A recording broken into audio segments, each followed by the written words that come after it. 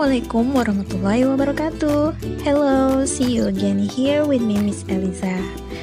I wish you are always in a good condition, right? Today we are going to learn about penggunaan to be. Oke, kalian pasti sering nih lihat rumus kalimat dalam bahasa Inggris subject plus to be plus object or adverb. Duh bu, saya nggak ngerti. Terbukti dari soal penilaian harian kemarin, banyak yang salah pasangan to be. Padahal sebenarnya ini dasar ya. Kalian harusnya sudah belajar tentang ini dan sudah paham. Oke, let's find out what is to be. Jadi to be itu umumnya ada 3. Yang pertama itu adalah am, kedua is, yang ketiga are. Nah, ketiga to be ini digunakan untuk kalimat yang tidak menggunakan kata kerja. Ibu kasih contoh 2 kalimat. Saya ada di perpustakaan. Di dalam kalimat ini tidak ada kata kerja atau predikatnya. Jadi kalau diubah ke bahasa Inggris, dia menggunakan to be. Kalian pilih to be yang mana yang cocok, am, is, atau are. Contoh yang kedua, saya membaca buku di perpustakaan. Ada kata membaca di sana. Membaca itu adalah predikat atau dalam bahasa Inggris dinamakan kata kerja. Untuk kalimat yang kedua ini kalian tidak menggunakan to be lagi karena sudah ada kata kerjanya. Aturan penggunaan to be. Jadi to be ini diletakkan setelah subjek. Ingat ya, to be diletakkan setelah subjek. Nah, di sini ada subjek. Apa saja subjeknya? Kalian pasti sudah tahu kan? Subjeknya ada I, you, we, they, she, he, it. Untuk I, dia terkhusus hanya menggunakan to be am. You, we, they menggunakan to be are. She, he, it menggunakan to be is. You, we, they di sini bisa juga diganti dengan subjek jamak atau lebih dari 1. Jadi kalau subjeknya lebih dari 1, dia menggunakan to be are. She, he, it atau subjek tunggal hanya 1. Jadi bisa menggunakan to be is. Sekarang kita masuk ke contoh, examples. I am an Indonesian. Saya orang Indonesia. Di sini subjeknya adalah I, maka menggunakan to be am. Yang kedua, you are good student. Kamu siswa yang baik. Subjeknya adalah you, maka menggunakan to be are. Kalimat ketiga, we are the champion. Subjeknya adalah we, maka to be-nya are. They are classmates. Mereka adalah teman sekelas. Subjeknya adalah they, maka to be-nya are. She is in the library. Dia, perempuannya, ada di perpustakaan.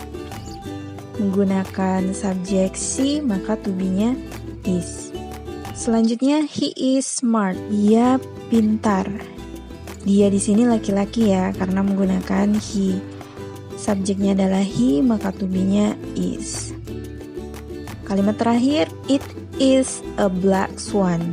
It di sini subjeknya, maka menggunakan to be is. Oke, kita lanjut ke contoh yang berikutnya. Bagaimana jika menggunakan nama orang dan kata benda yang lebih spesifik?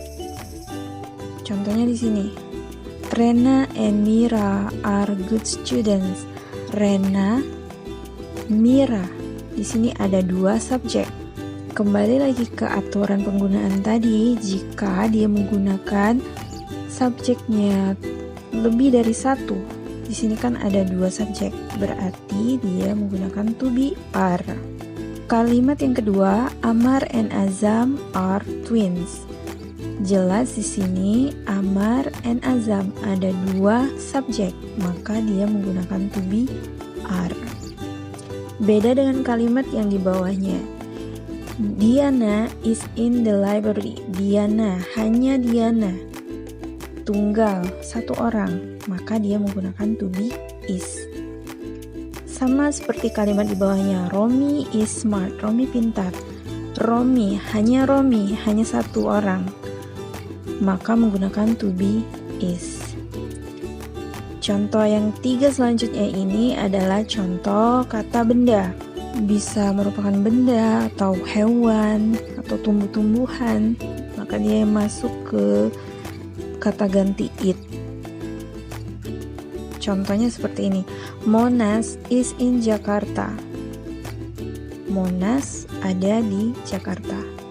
Monas subjeknya, to be-nya adalah is. The cat is cute. The cat ini subjeknya, to be-nya adalah is.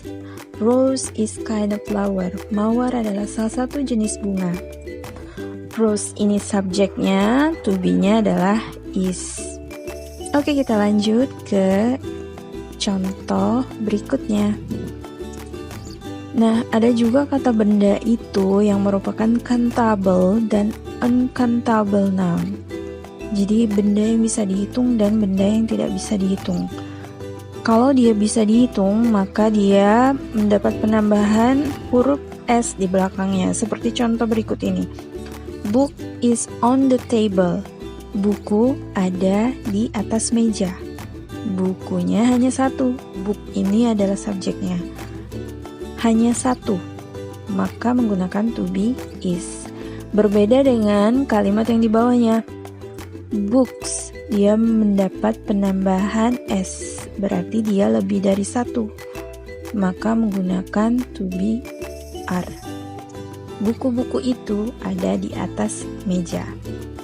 Your cat is in the box. Kucingmu ada di dalam kotak. Berapa kucingnya? Hanya satu, maka menggunakan to be is. Berbeda dengan kalimat di bawahnya. Your cat are on the box. Kucing-kucingmu ada di dalam. I'm sorry, this is not on but in. Kucing-kucingmu ada di dalam kotak. Your cats are in the box. Your cat adalah subjek jamak, maka menggunakan to be are. Nah, sampai di sini apakah kalian sudah mengerti, sudah paham dengan penggunaan to be? Mudah kan? Sekarang let's play a quiz together. Kita bermain quiz dulu. Quiznya adalah tentang to be pastinya. Answer the questions about to be and check the correct answer. Jawab pertanyaan berikut tentang to be, lalu kita cek jawaban yang benarnya bersama-sama. Yang pertama, I blah blah blah happy. So, what is the answer? Is, am, were, atau are? Yang pasti were ini bukan ya, karena kita tidak membahas ini. Berarti ada 3 pilihan, is, am, or are. Check the answer. Ya, jawabannya adalah am. I am happy. Selanjutnya, birds bla bla bla flying. Is, were, are, atau am. Di sini birds. Lihat di belakangnya ini ada penambahan huruf s. Maka jawabannya adalah iya, betul. Jawabannya adalah are. Yang terakhir, Tina bla bla bla in the airport. To be-nya am, is, were, atau are? Oke, betul. Jawabannya adalah is. Okay, that's all for today. See you again in the next video with different tip of lesson. Assalamualaikum warahmatullahi wabarakatuh.